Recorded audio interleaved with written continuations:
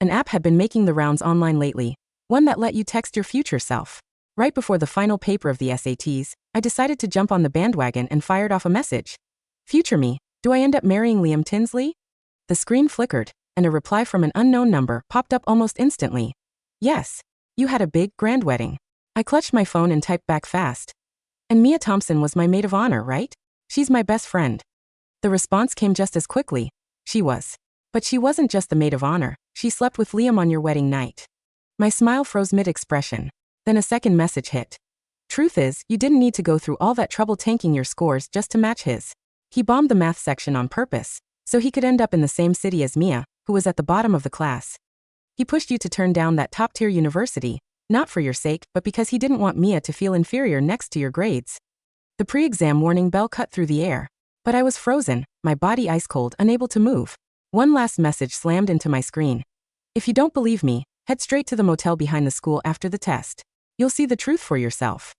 The proctor walked in and told everyone to turn in their phones. I mechanically powered mine down and dropped it into the storage bag on the podium. I made my way back to my seat. The test booklet came down the row, white pages, black print packed with questions, but my mind was completely consumed by those text messages. Just the night before, Liam Tinsley had held my hand with that earnest look still fresh in my memory. Bree, I completely bombed today's exam. There's no way I'm getting into a top-tier college now. For the last test, could you just turn in a blank answer sheet? That way you, me, and Mia could all end up at the same community college together. We'd never have to split up. If you stay here with me for college, I swear I'll be devoted to you and only you for the rest of my life. Back then, I was so moved I'd agreed without a second thought. For him, I was ready to give up the college I'd dreamed of. But now, that text was telling me he'd bombed the math section on purpose. For Mia Thompson was my best friend. Petite, soft-spoken, sweet, but her grades were an absolute disaster. Liam was always calling her clueless, saying she was pitiful, telling me I should look out for her. Had they been sneaking around behind my back all along? The exam has begun. Please keep an eye on the time. The proctor's voice rang out from the front of the room. I snapped back to reality and looked down at my answer sheet. If I left it blank, I'd be giving him exactly what he wanted, staying behind at some community college with him. I tightened my grip on my pen. The tip pressed hard into the paper, leaving a dark blot. If those texts turned out to be fake, and I scored high, I could always apologize to him later. But what if they were real? Was I really going to throw away 12 years of blood, sweat, and tears for some cheat who'd been playing me? No. I took a deep breath. My eyes stung, but my hand stopped shaking. I poured every ounce of my ability into that test. My pen flew across the page in a frantic scratch. Every single line I'd planned to leave empty. I filled it all. I didn't hold back a single point. The final bell rang out across the entire campus. The SATs were over. Outside the exam hall, an explosion of cheers went up. Some kids were tearing up their study guides. Others were hugging and crying. I retrieved my phone. As soon as it powered on, 2 texts popped up one after another. Liam, babe, how'd it go? You left it blank, right? My mom suddenly dragged me back to my grandma's place out of town. Won't be able to hang with you and Mia tonight, sorry. XOXO. I'll make it up to you. Right after that, there was a message from Mia. Mia. Bree, my period hit me out of nowhere, and I'm cramping like crazy, so I'm just gonna head home and lie down. Was really looking forward to eating together tonight, ugh. You two go on your date, don't worry about me. My grip on the phone tightened. Somewhere inside me, I already knew the answer. If it hadn't been for those text messages, I probably would have sent Mia a sympathy note and ordered her some hot tea, then told Liam to drive safe with all the understanding in the world. I slipped past the crowds of celebrating students, walked out the school gates alone, and broke into a run toward the street behind the campus. The wind whipped past my ears. My heart was pounding so hard it felt like it might tear through my ribs. I had to see for myself. The hallway of the budget motel reeked of cheap air freshener. The worn carpet squished under my feet, soft and unsettling. Following the check-in records, I stopped outside the room. My chest heaved, and from inside I could hear voices. Liam, easy. Mia's voice came through, soft, coy, dripping with a sweetness I'd never heard from her before. Then came Liam's heavy, ragged breathing. Mia, you're killing me. You're tighter than I ever imagined. I stood there in the hallway, and it felt like every drop of blood in my body had frozen solid. The noise from inside grew louder. The bed frame creaked under the strain, groaning like it was about to give out. Mia let out a breathy little laugh. Liam, Bree turned in a blank test for you today. Doesn't this feel a little wrong? Liam chuckled softly. She's the one I'll marry. I can't live without her. But Mia, you're the only one who can satisfy me physically. She's too innocent. Like a plank of wood. She blushes just from a kiss. Nothing like you. You actually know how to let go. Mia gibbered. Then why'd you make her give up Stanford University just to stay here with you? That's different. Liam's voice carried a flicker of hesitation. She loves me that much. She can't function without me. I have to keep an eye on her. You're terrible. You only love my body, don't you? My heart's yours too. Now turn around, babe. Then came the sickening sound of skin slapping, mingled with labored breathing. I dug my nails into my palms so hard they broke skin. The pain was the only thing keeping me grounded. Liam's voice was low and hoarse, thick with urgency and desire. And suddenly he felt like a complete stranger. Growing up, he'd always been a little older than me, but everywhere I went, he followed. The adults used to tease him, calling him my kept boy. And he'd always grin and fire back. You bet. Bree's going to be my wife someday. So for the first half of my life, nearly every milestone came with Liam by my side. Until high school, when Mia entered the picture, and she and Liam couldn't stop butting heads. Mia couldn't stand to see me upset. Every time Liam showed up, they'd be at each other's throats, chasing and bickering like it was World War III. I always ended up in the middle, playing peacemaker, pleading with both of them, because they were the two most important people in my life. Eventually, the three of us became inseparable. Even though they still clashed like oil and water the moment they were in the same room, always circling around me with their petty fights, I genuinely believed those were the happiest days of my life. At my coming-of-age ceremony, I officially said yes to Liam's confession. We promised to go to the same college together. Our friends teased us until both our faces burned red. Everything felt impossibly perfect. Around that same time, Mia's mood took a nosedive. She seemed drained hollow. I was so worried I stayed by her side constantly, even neglecting Liam in those early weeks of our relationship. Looking back now, I realized I'd missed every single one of Mia's forced smiles. My thoughts snapped back to the present. My chest felt so tight I could barely breathe. I turned and walked away without a sound. The moment I stepped out of the motel, the sunlight hit me so hard I had to squint. I didn't shed a single tear. From this day forward, the Bree who would have thrown away her entire future for Liam, she was dead. When I got home, I walked into the bathroom, turned on the shower, and let the cold water blast my face. Then my phone buzzed on the sink. It was another text from that unknown number. If you hadn't gone to that motel today, if you'd never found out the truth, then 7 years from today would be your wedding night. I dried my hands and stared at the screen. That night, you'd booked out the biggest hotel in the city. But right before the ceremony was over, Liam got a call. Mia had overdosed on sleeping pills. She was being rushed to the hospital to get her stomach pumped. Liam went berserk. He shoved you aside without even hearing the vows through, and tore out of there straight to the ER. The texts unspoled like a curse, one sentence at a time before my eyes. He left you alone in the bridal suite, still in your gown, while you became the laughingstock of the entire city's social circle. That whole night, he stayed by Mia's hospital bed. When she woke up crying that she didn't want to live anymore, Liam lost his mind with guilt. In a cheap motel right next to the hospital, they slept together. When you confronted him afterward, he had the nerve to say, "Bree, you're my wife now. You have everything that comes with that title. Mia has nothing. She only has me." I just felt sorry for her. Can you stop being so petty about it? Reading those words on the screen, I felt a suffocating, twisting pain in my chest. If I'd really been that stupid in the original timeline, if I'd actually turned in that blank test and stayed local with them, then I wouldn't have just lost my hard-earned scores and the prestige of a top-tier university. I would have become nothing more than a doormat and a stepping stone in their twisted little arrangement. They would have bled me dry of every last bit of value, and then in the middle of some grand, humiliating spectacle, I would have lived out a miserable existence. How terrifying. Until that moment, the armor I'd been clinging to finally shattered. The tears came, silent, unstoppable. Memories surged through my mind like a tidal wave, and every detail I'd once willfully ignored now turned into a knife aimed straight at my heart. The way Liam looked at Mia, so focused, so intent. The way he came alive around her, so vivid and real. And I'd been the fool, standing by and watching, interrupting, over and over again, right up until today, when I found them tangled together, naked and gasping. I wiped my face and got up off the floor. Enough. It was finally, truly enough. That night, Liam called. His voice sounded tired. "Babe, I just got back to my grandma's place. Long day. Oh, and you never answered me earlier. You did leave it blank, right? Don't worry, even if your score's low, we can still get into the same community college." I listened to his hollow words, and the image of him pressing Mia into that motel bed flashed through my mind. My stomach turned. I said flat and even. Of course I left it blank. For our future, I didn't write a single word. I hung up, stared at my expressionless reflection in the mirror, and let out a cold, quiet laugh. The 2 weeks before SAT scores came out were supposed to be the best time for graduating seniors. Pure, carefree celebration. Liam kept texting me, begging me to follow through on the graduation trip to the mountains we'd promised each other. "Bree, we're about to start college.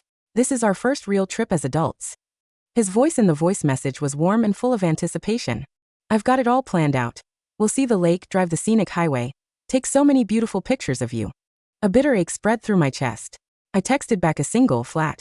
Okay. This relationship needed to end, one way or another. The day we left, I dragged my suitcase to the airport terminal right on time. From a distance, I spotted Liam, and next to him, Mia, wearing a little floral sundress. When Mia saw me, she bounded over and looped her arm through mine like it was the most natural thing in the world. Bree, you're here. Liam said the more the merrier, so he invited me along. You don't mind, do you? I pulled my arm free and looked at them both with a blank face. I don't mind. Let's go check in. At the self-service kiosk, Liam pulled out his ID and printed 2 boarding passes. One for him, one for Mia. I stood to the side, watching the screen flash. No booking information found for this passenger. I turned to Liam. Where's my ticket? I asked, my voice even. Liam smacked his forehead and shot Mia a frustrated look. Mia, I told you the day before yesterday to send Bree's info to the travel agent and book all 3 together. You didn't. Mia planted her hands on her hips and fired back with faux outrage. Oh, so now it's my fault, Liam? I told you. Bree always books first class when she travels. I didn't want to overstep and put her in economy without asking. What nonsense. Liam snapped at Mia, then turned to me with that helpless look plastered across his face. Bree, we're about to go through security now, and canceling the tickets would cost way too much in fees. He let out a sigh and reached for my suitcase. Tell you what, look up the next flight to the mountains on your phone right now and grab a ticket. Mia and I will fly ahead, get to the hotel, and have the room ready for you. Sound good? Watching his performance, I found it so absurd that I didn't even have the energy to be angry anymore. Don't bother. I pulled my suitcase back, out of his reach, and said 2 cold words. Liam blinked. What do you mean, don't bother? The boarding announcement crackled over the intercom.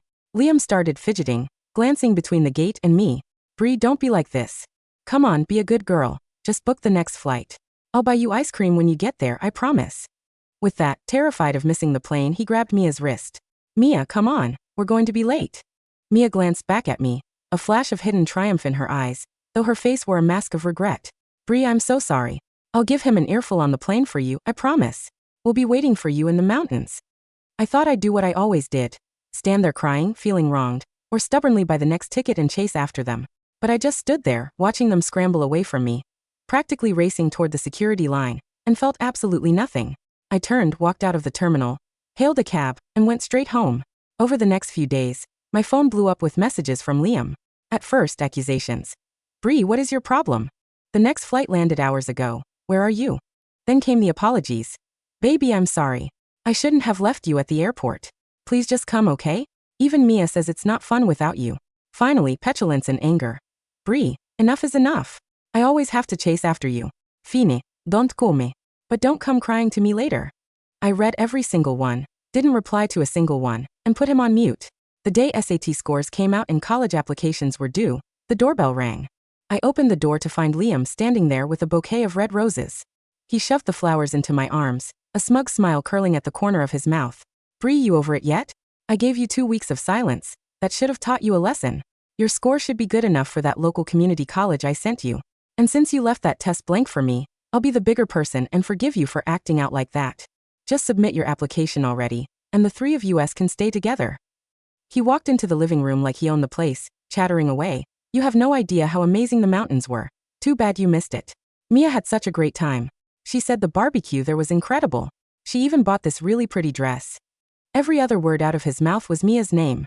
I stared at his endless, yapping mouth and felt nothing but disgust. Liam. I cut him off coldly. Honestly, I think you 2 are perfect for each other. Liam stopped mid-sentence.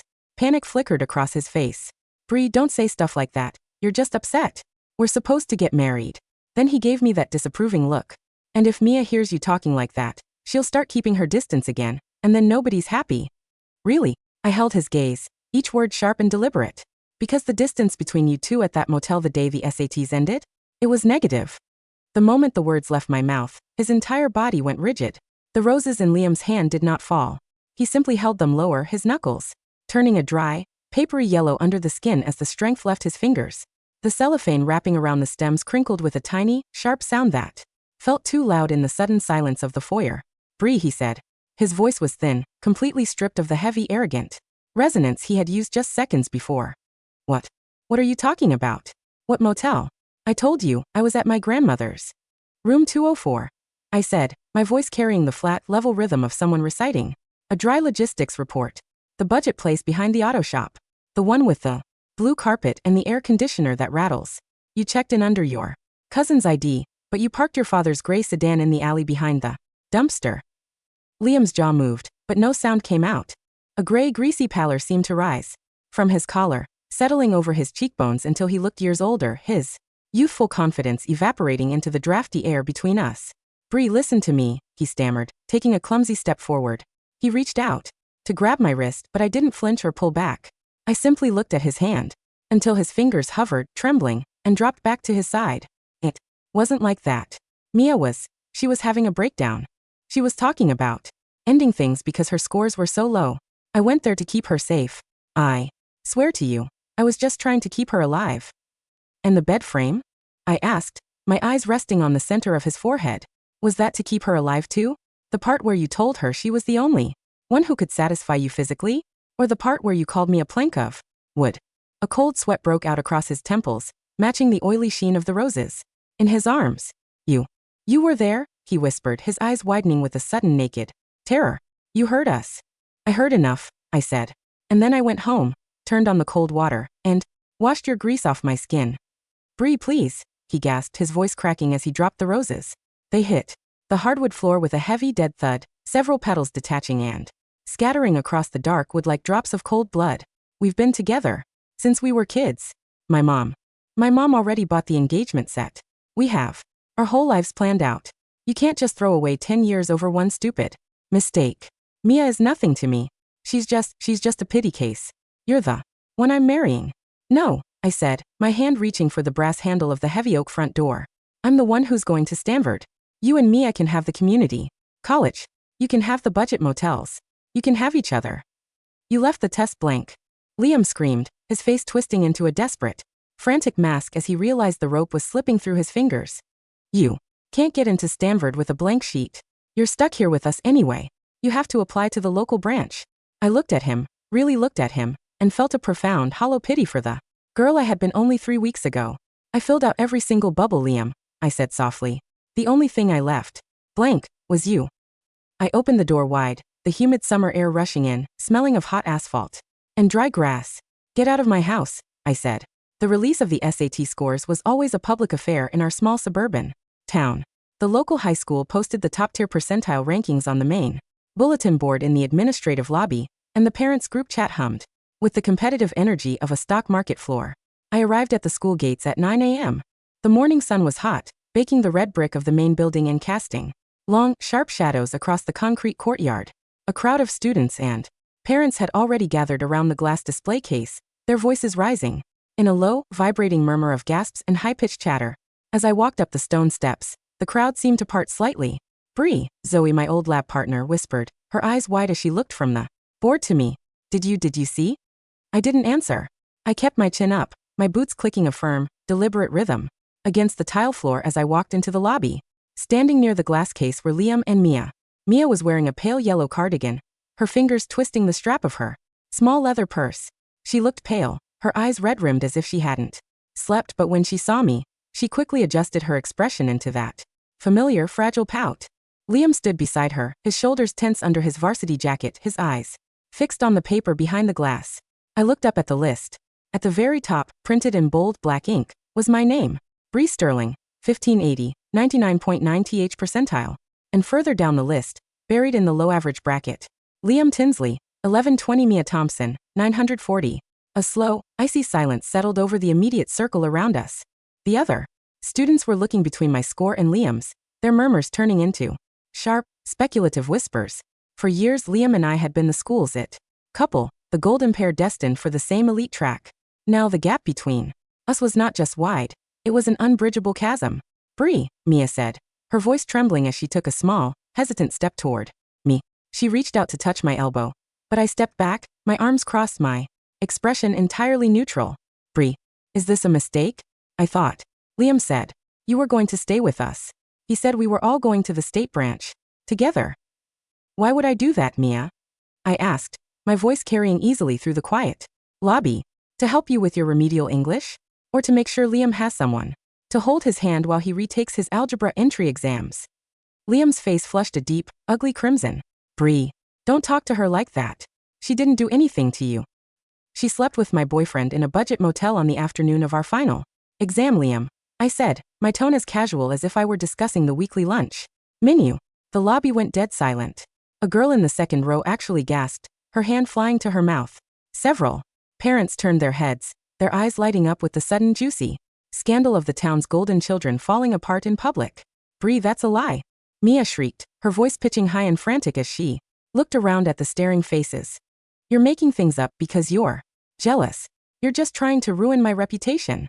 I have the motel log, Mia, I said, pulling my phone from my pocket.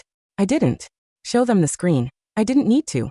The simple, cold certainty in my eyes was enough to freeze the blood in her veins. And I have the security footage from the back alley. Would you like me to upload it to the graduation class drive, or should I just send it directly to your mother's real estate office? Mia's face drained of color so fast she looked as though she might faint. Shrank back against the glass display case, her fingers clutching the metal frame for support. Liam took a step toward me, his fists clenched, his chest heaving with a mix of anger and pure, desperate humiliation. Bree, you're being psychotic. You're destroying everything we built. You destroyed it, Liam, I said, looking him dead in the eye. The moment you thought my 12 years of hard work were worth less than your cheap physical urges. Have a nice life at the community college. I turned on my heel and walked out of the lobby, the sound of my boots echoing like a drumbeat in the silent room. The afternoon before my departure for Stanford was gray and quiet, the first touch of autumn wind rattling the loose screen of my bedroom window. My suitcases were lined up against the wall, 3 sturdy, dark gray cases packed with my books, my coats, and the new laptop my parents had bought me to celebrate my scholarship. The room felt empty, stripped of the posters, the photos, and the small trinkets that had accumulated over 18 years. I sat on the edge of my bare mattress, my phone in my hand. Since the confrontation at the school, Liam and Mia had vanished from my social circle. The rumor mill had done its work with devastating efficiency. Within 48 hours, the entire graduating class knew the details of the motel room, and Liam's mother had reportedly canceled the engagement party and returned the ring to the jewelry store in tears. My screen flickered. An unknown number popped up. You're leaving tomorrow. I clutched the phone, my thumbs moving rapidly across the glass. I am. My flight is at 8. Good. The reply came almost instantly. In the original timeline, tomorrow would have been the day you signed the lease on a 2-bedroom apartment near the local community college. You paid the deposit with your college savings because Liam said his family was tight on cash. I stared at the text, a cold, heavy knot forming in my stomach. And then I typed. And then 3 months later, you found out Mia was living in the guest room because she couldn't afford her own place. Liam told you it was just for a semester. He said they were like brother and sister. You believed him because you were too afraid to be alone. Why did you tell me? I asked, my fingers shaking slightly against the screen. Who are you? The screen went black for 3 long seconds. Then a paragraph of text unspooled. I am the Bree who spent 7 years trying to buy back her own dignity with tears and silence. I am the Bree who stood in that bridal suite in a white gown, listening to the sirens in the distance, while the man I loved ran to another woman's bed. I am the Bree who died of a slow, grinding sorrow in a small apartment that smelled of cheap tobacco and regret. I found this app on a dark forum in the 6th year of my marriage. It cost me $5,000, money I had secretly saved by skipping meals. They told me it was a prototype, a glitch in the server structures of the local network that allowed a one-way digital transmission back to a specific IP address during a high solar activity phase. I didn't think it would work, but I typed the message anyway, because I couldn't bear the thought of you turning in that blank sheet. I sat in the quiet bedroom, the wind blowing the curtains inward like gray wings. A single tear slipped down my cheek, landing on the glass screen, star patterning the light from the letters. Thank you, I typed. Don't thank me, the unknown number replied. Just study hard. And when you get to Stanford, don't leave any seats empty. The connection severed. The chat window dissolved into a simple, standard system. Alert. This number is no longer active. The thread has been archived. 3 months later, the university campus in Northern California was beautiful, covered in the bright, golden-red leaves of the changing season. I sat in the library of Stanford, a large stone building with high-arched windows and the quiet, heavy smell of old books and hot espresso.